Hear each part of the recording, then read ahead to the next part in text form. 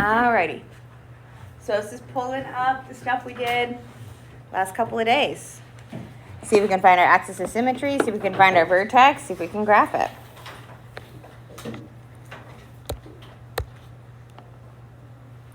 How do we find our axis of symmetry?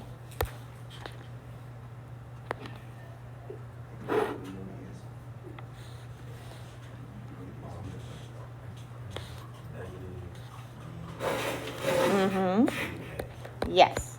We'll have our minus b over 2a, or negative b over 2a. So what is our b? 4. What is our a? 1. Yeah, because it's the number in front of my x squared right here. So negative 4 over 2 times 1, where is our axis of symmetry? Negative 2. So what that means is we know that this is where the middle of our graph is going to be.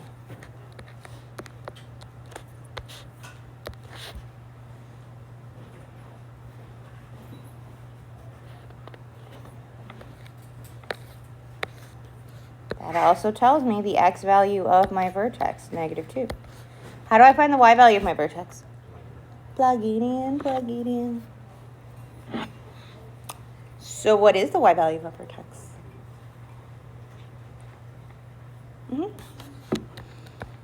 Yeah, we should get negative 4.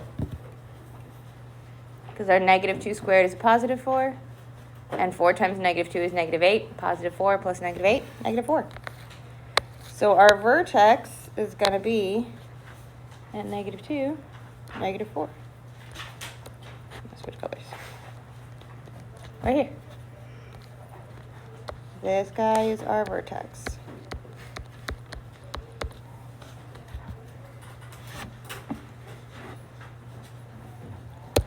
We need at least some more points to graph this thing. How can I find another point?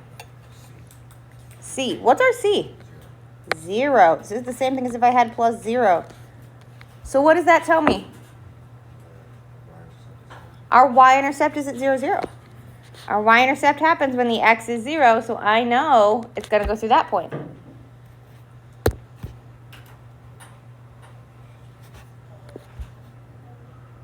What else do we know? It'll be the same on the other side. This is like a mirror.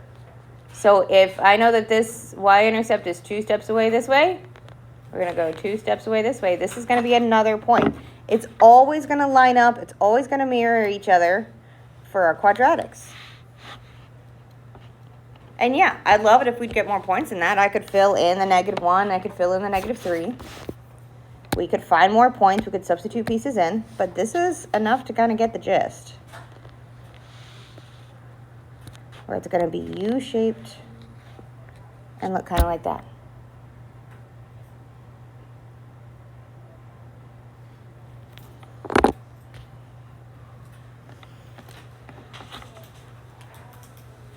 And that's our guy right there. So as long as we can get a good version of the graph and we can find the correct answers that we're looking for, which I'll talk to us today about what we're doing for that, it's kind of the vibe. Questions on this one? Okie dokie. Then we're going to be in your notes packet, page 5. We did that story problem at the top of the page yesterday. We're going to be on the bottom of the page today. So this is on page 5, between the heading and the number 1. So we're on page 5.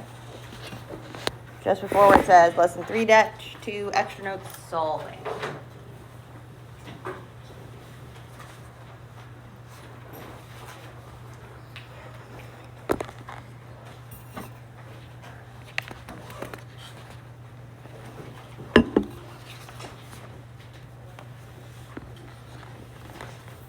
All right, because what we're going to do today is we're going to start working on solving, getting to solutions. The past couple of days, we've just been making pretty pictures, which stuff felt well and good, but we're going to need to be able to find actual answers. So when we are solving quadratic functions or when we're solving quadratic equations, especially when we're solving by graphing, but this is true anytime we're solving, we are looking for the x-intercepts. But they also have a couple of other names. The x-intercepts are also called the roots. They are also called the zeros. And they're also called the solutions. So we're finding our solutions. That's these guys. So they actually have 4 names that mean the same thing. The x-intercepts, the roots, the zeros, the solutions. And all 4 words can and will be used interchangeably because they mean the exact same thing. So x-intercepts are the roots, are the solutions, are the zeros. So when we're looking at a graph, when we're looking at a quadratic and we're trying to find solution or trying to find our solutions, like on the bell work here, our solutions would be these two points where we're crossing this x-axis, wherever we have our x-intercepts. So a lot of times we're going to have more than one answer. We might have 2 solutions. We might just have 1 solution if it comes down and just like hits and bounces back off. We might have no solutions. But where it crosses that x-axis is what we're looking for. So we're going to start by trying to solve quadratics by graphing. We will get to the point where we're solving them algebraically. That's kind of what this chapter is all about. So let's see if we can figure out a solution to this one. This is the one just below that.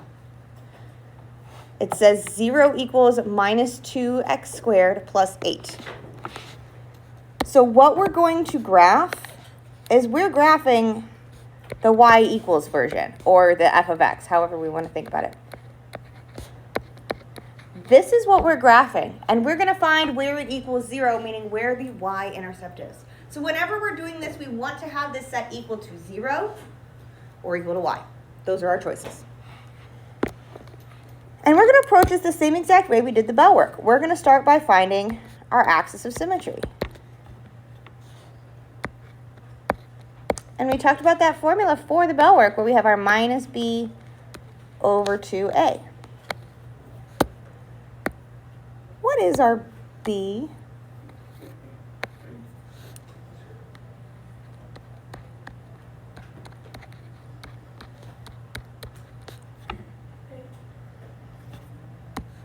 Does the 8 have the x with it? So 8's going to be our c. What's our b? 0. I don't have any x's. I have none of these. So we have 0. The c is always the number all by itself. The a is always the number with the x squared. And the b is always going to just have the x. I'm going to tell you that is 100% the most common mistake made on one of these. 100%. If we only have 2 terms, especially if it's just a c, that b, we always mix them up. So just be really, really, really careful. Because our b here is actually 0. So when we set this up, we have the opposite of 0 over 2 times our a. What is our a? Negative 2. So what is the opposite of 0 divided by 2 times negative 2? What's 0 divided by anything? 0. Because that's really 0 divided by negative 4, but that's still just 0. So that means our axis of symmetry is right on our y-axis. It's this guy. Nope, we can't see that up here. Make that a little darker.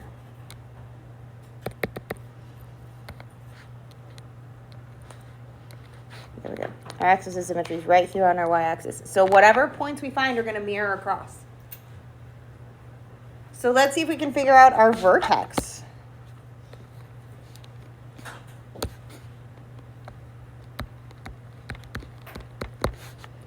We know that our x is going to be 0. What's our y going to be?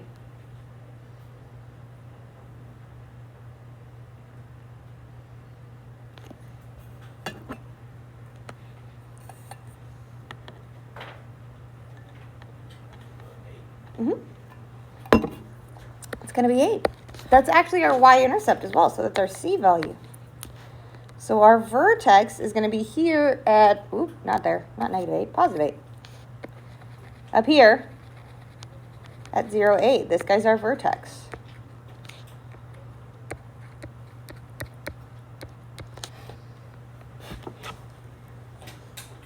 Well, I don't really have enough information for a picture here. So we're going to have to find some more information. What can we do?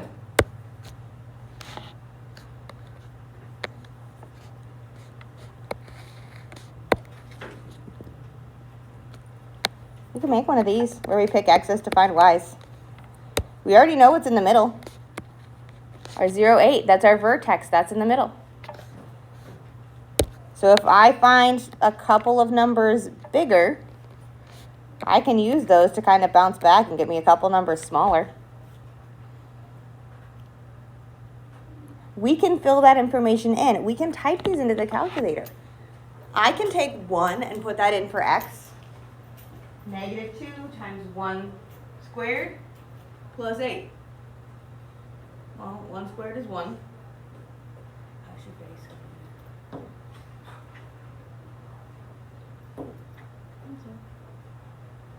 Then we'll have our -2 times 1 giving us -2 plus 8 gives us 6. So when x is 1, we can substitute that in, and that'll give us a 6. So if I know if I have a point here, that means I also know, because this is my axis of symmetry where it's going to be matchy-matchy, that this guy also is going to have that same point. Because they match up. This one's 1 step away from our axis of symmetry. This is the other way, step from our axis of symmetry. So you can substitute these other pieces in, or we can use this information here.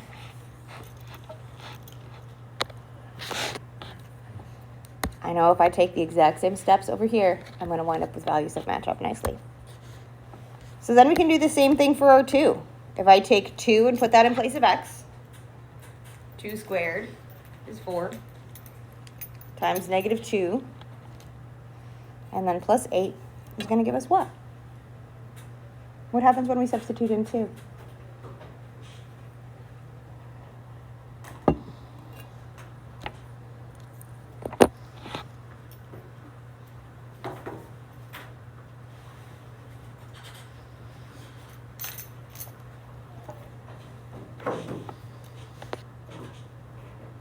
What do we get when we substitute in 2 in place of x? It's not going to be 12, but I really appreciate the try. Absolutely. Get the calculator pulled up. 4. Still not quite right. Sorry, I'm old. You all gotta be loud. All right, let me see if. Okay, it's being a jerk. Let me see if I can do it manually. Let's see. All right, -2. We're substituting in 2 squared plus 8. 0. Then say it. If you had that the whole time, then say it. Have courage. Be brave. Because we found out that when x is 2, my y is 0. So that's this guy right here. And again, since we know our axis of symmetry, I know this is 2 steps away. So I can go 2 steps away over here. This guy is also going to have that same value. So that gives me enough pieces that I can get this graphed.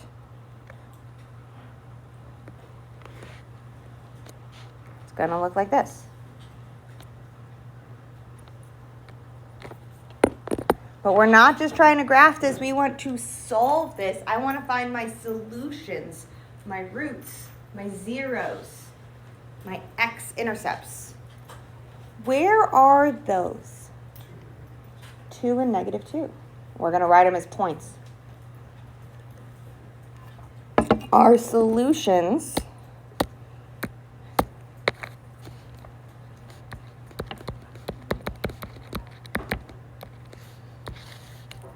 are the points where it equals 0. So our solutions are going to be this point and this point. So it's our 2, 0 and our negative 2, 0. Those are our two solutions.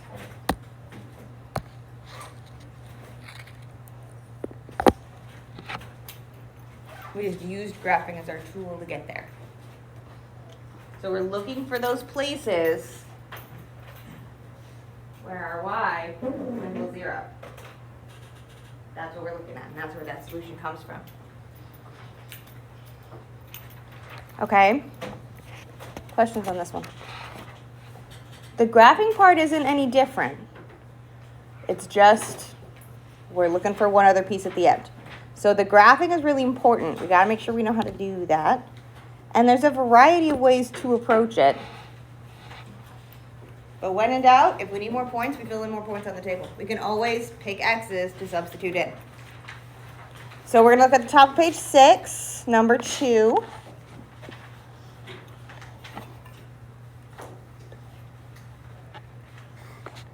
And we got this thing.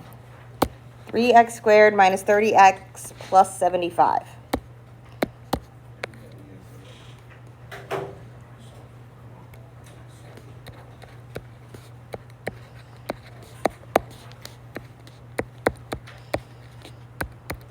And we are going to graph this. We're graphing it as a y equals. That's what we're graphing because we're trying to figure out when y equals 0. So we have to have it either equal to 0 or with a y there. And we start this 100% the exact same way by finding our axis of symmetry.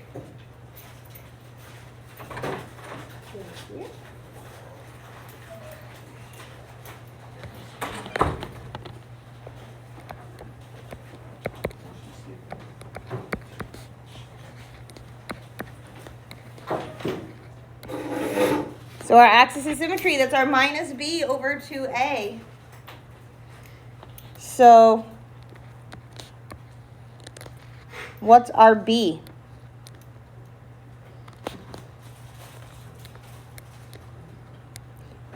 The negative 30 over 2 times a. What's our a?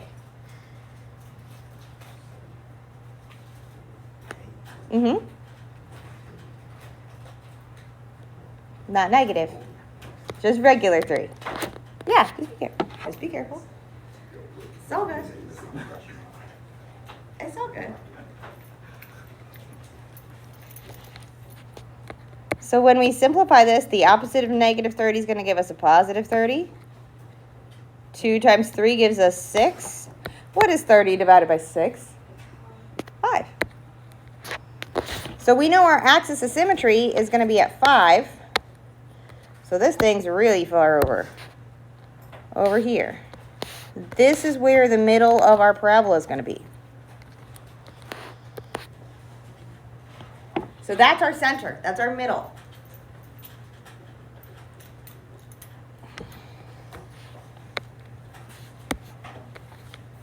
Next thing we need to figure out is where's our vertex.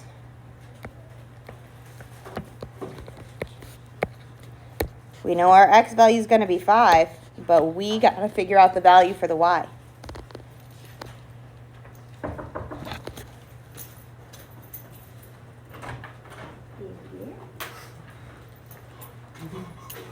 I was going to say they'll be so excited.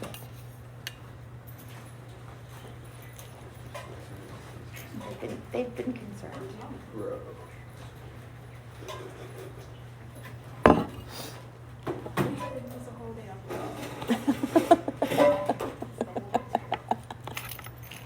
All right, let's figure out the y value of our vertex.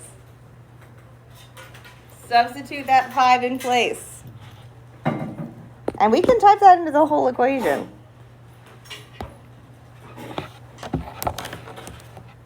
Like, just straight up put it in place of that x. We know that our 3 times our 5 squared minus our 30 times 5 plus 75. Like, I'm just typing the whole equation in here, just substituting the 5 in place of those x's. We get a 0. So when we substitute that in, we straight up get a 0 right there.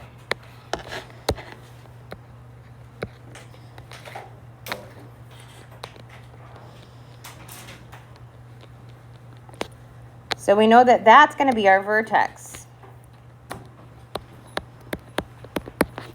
But we don't actually have enough information to draw a picture right here. And I can't really use my y-intercept, because what is my y-intercept? 75.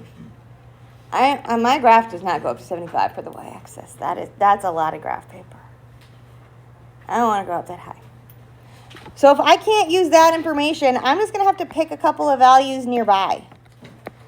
So we know that 5, 0 is going to be in the middle of our parabola. We know that's in the middle because that's the vertex. It comes off the axis of symmetry.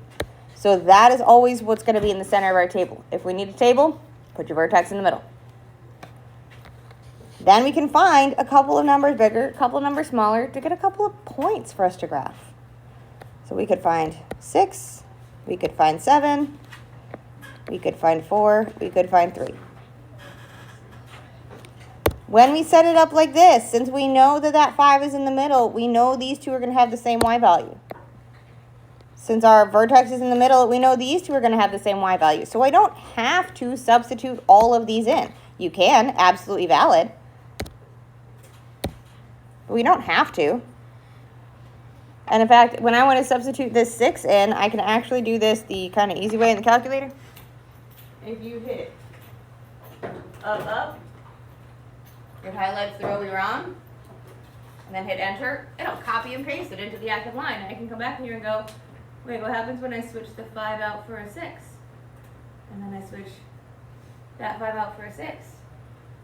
Then you don't have to retype it. And we get an answer for 3. So we don't always have to completely retype it. You totally can, but there are shortcut ways to do this. I just only can show you so many shortcuts when, we're not participating. So by substituting in that 6, we also know what's going to happen for the 4. So at 6, it's going to be up 3, and the 4 is going to be up 3. So I can see a little of what's happening here. But let's do that for this 7 as well. Get ourselves another point. And once again, I'm going to go up, enter, copy and paste it into my active line, and then I can go, wait, what happens if I switch the 6 to be a 7? We get 12.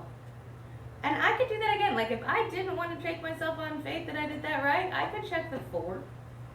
I could check the 3. I could fill in whatever values we wanted. We're going to do one at a time. So I could put any x values that we want in there to get these values. We've got calculators. Use the tools at our disposal. The yellow calculators are pretty awesome. But what we got here was that our 3 and a 7 would both be up at 12. So those are like way up here, off the edge of the paper.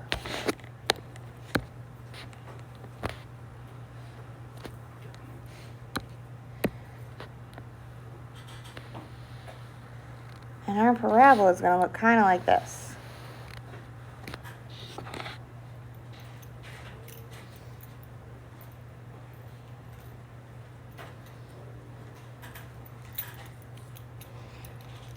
So if we can't use the information we have here, we're just going to have to do a plug and chug situation where we pick some values and substitute them in. So then my next question here is, where is our solution?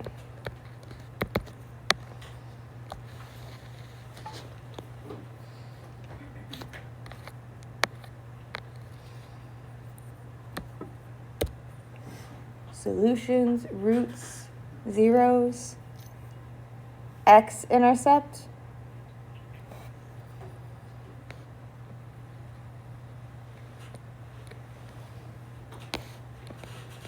There's our solution.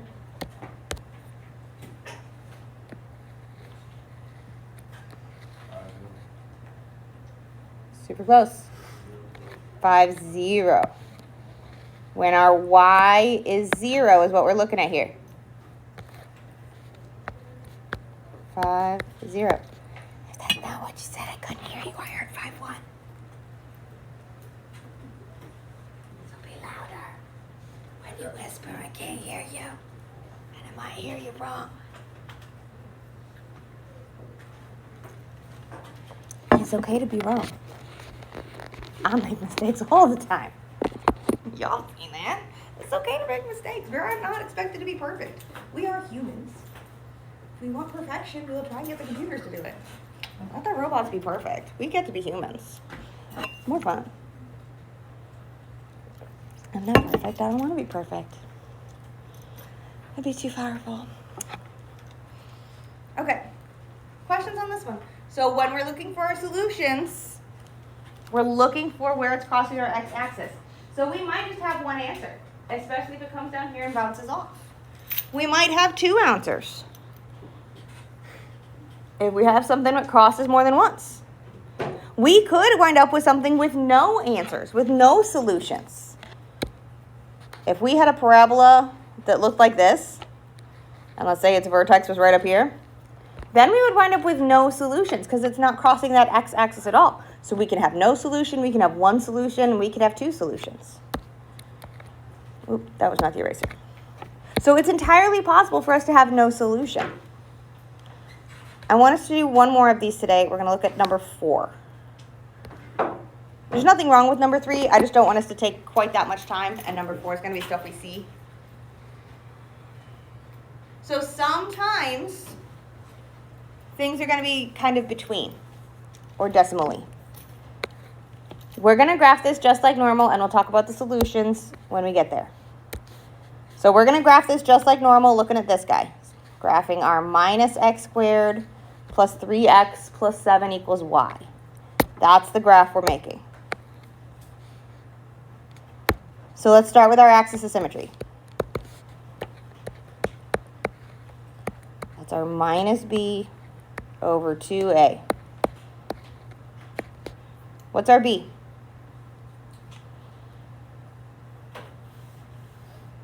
3. Yes. Over 2 times a. What's our a?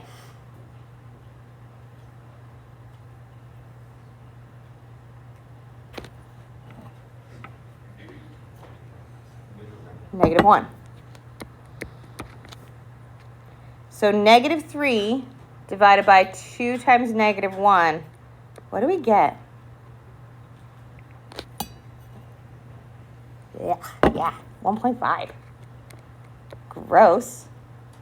You might also get 3 halves if you put it in the calculator and it says 3 halves or 3 over 2.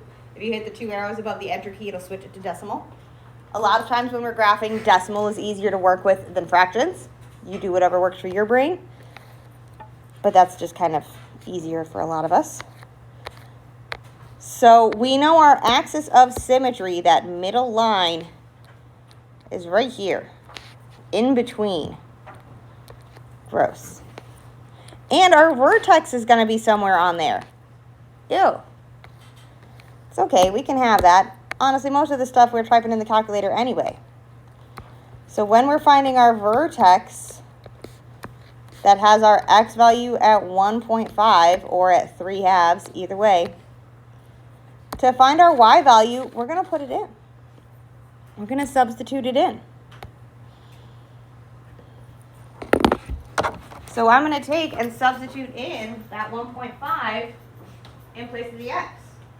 So we're going to have our minus 1.5 squared plus 3 times our 1.5 plus 7.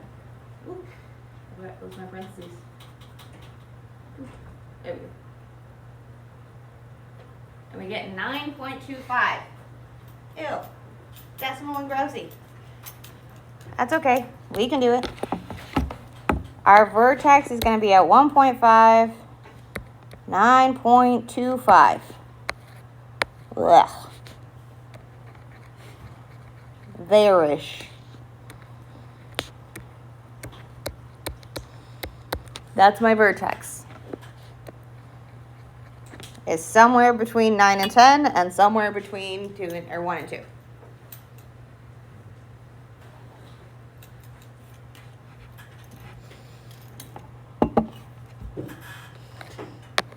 When we have stuff that's kind of decimally and gross, if we think about this in a table, if I have my 1.5 in the middle, I could, just add 1 and get 2.5 and 3.5. I could do that and substitute pieces in. It is unpleasant. I could just count it by a half real quick and go from 1.5 up to, 2. Up 0.5, and then if I go down 0.5, I wind up at 1. Those are an equal distance away from my vertex. I could also look at 3 and at 0.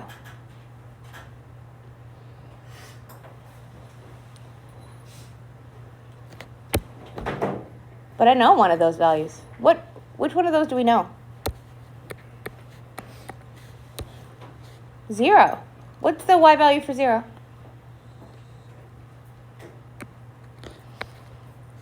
Our C always tells us what happens when x is 0. It's our y-intercept. So if I know I counted out by even amounts here, this was I added 0.5 in each side, and then I went out one step farther than that, I know that these ones are going to match up. So we're going to have our 0, 7, and our 3, 7.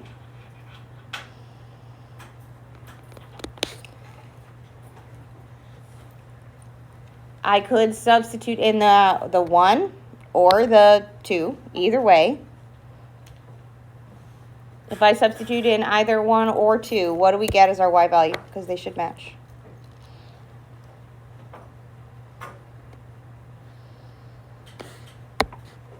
What's going to go here?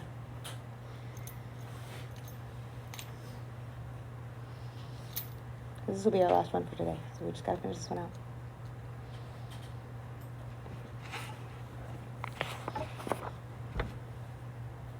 Substitute in either the 1 or the 2. What value are we going to get for right here?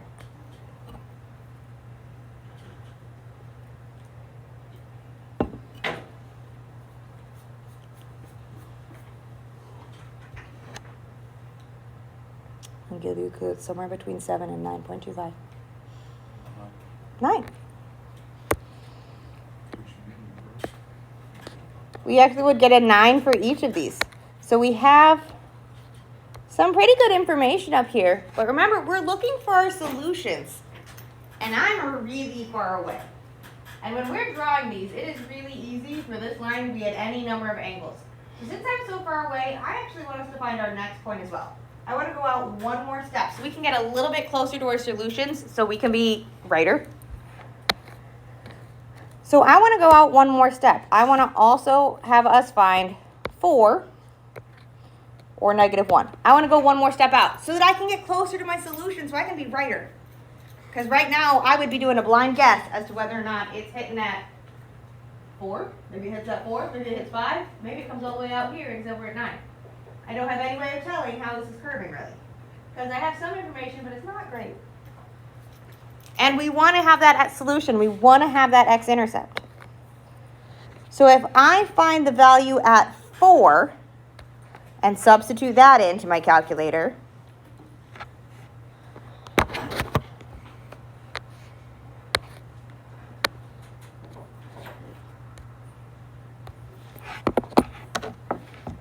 if I switch my 1.5 out for a 4,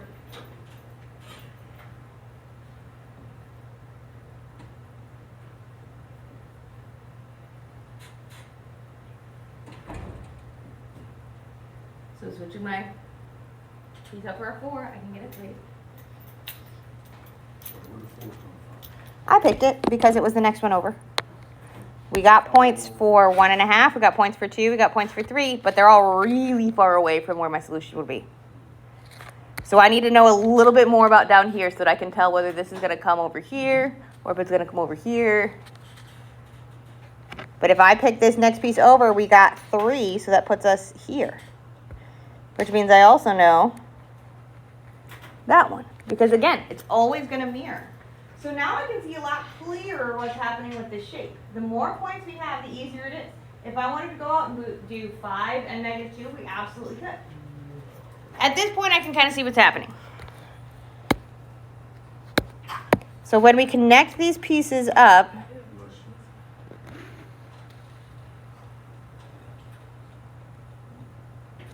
they're kind of looking like this.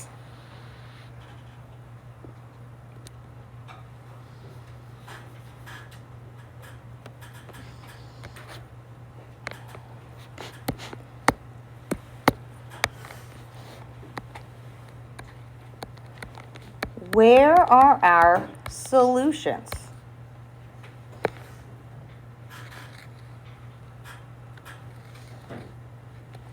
If we don't have exact numbers, we're going to say between. So we're not going to guess on a decimal. So where's one of our solutions? Between what two numbers? 4.5.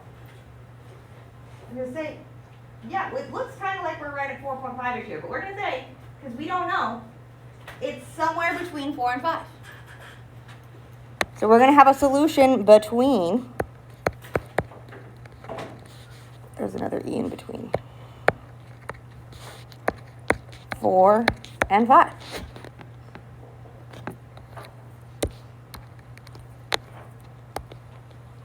That would be this guy, is between 4 and 5. What's our other one?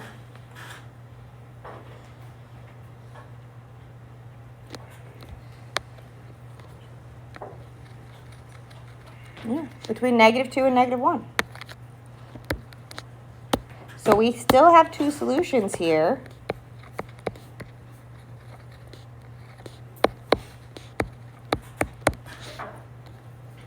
We still have two solutions.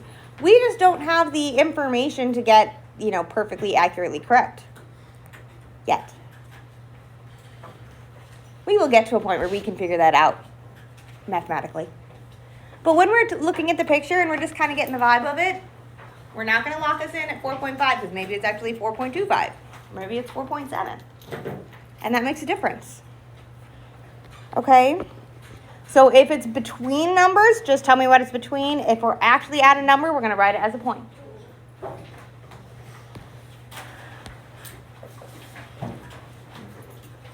So, homework 1 was the graphing one, which means we actually need to draw the graphs. Just saying, tossing me a empty picture, not helpful. You need to actually make the graph. So if you need to have a little bit of time to finish that one up, do so, because I've got homework number 2, which is where we're solving by graphing. So it's the same kind of vibe. I have to do 4 on this one. Yeah.